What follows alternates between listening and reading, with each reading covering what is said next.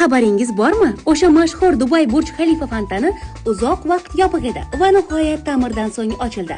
Va shu munosabati bilan turistlar gavjum, odamlar shu qadar mavsum bo'lgani uchun ko'pki, hattoki do'stingizni yo'qotib qo'ysangiz aslo topolmaysiz. Dubay Mallga dugonamning farzandlari bilan tezda kirib oldik, tinchgina akvariumga kirdik, muzqaymoq yedik. Undan keyin sevimli joyimiz Kenzi marketga yo'limiz tushib qoldi. Bu yerda shirinlik mavzusiga tegishli hamma narsalar mavjud. Haqiqiy shirinlik yomg'iri desak ham bo'laveradi. Shu qaniydi pul yomg'iri yog'sa bo'lmasmidi deb o'ylab qolaman ba'zida. Albatta hozir kim bolaligida xayolan shokolad to'la uy yoki shirinliklar yomg'irini tasavvur qilgan, rostini ayting. Men ham bolaligimda shirinlik xo'r bo'lganman. Shuning uchun aqlimni tanibmanki, faqatgina tish bilan bog'liq bo'lgan muammolarim bo'lgan. Tish doktordan boshim chiqmagan. Bu joyga kirmaslikning iloji yo'q edi. Bolalarimiz esa uni olib bering, oyi, buni olib bering deb hamma narsani bir dunyo qilib to'plab olishibdi. Va men ham mayli, olavering dedim.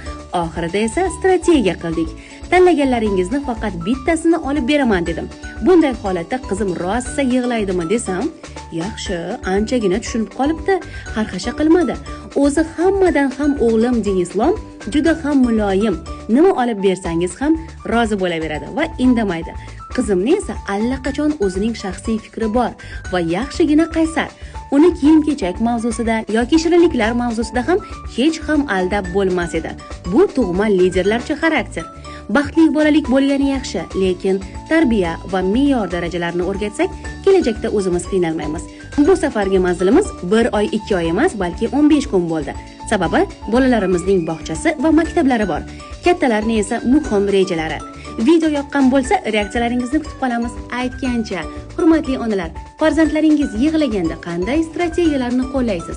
Tarbiya usullaringiz bilan bo'lishib borsangiz, albatta o'qib chiqaman. Rahmat.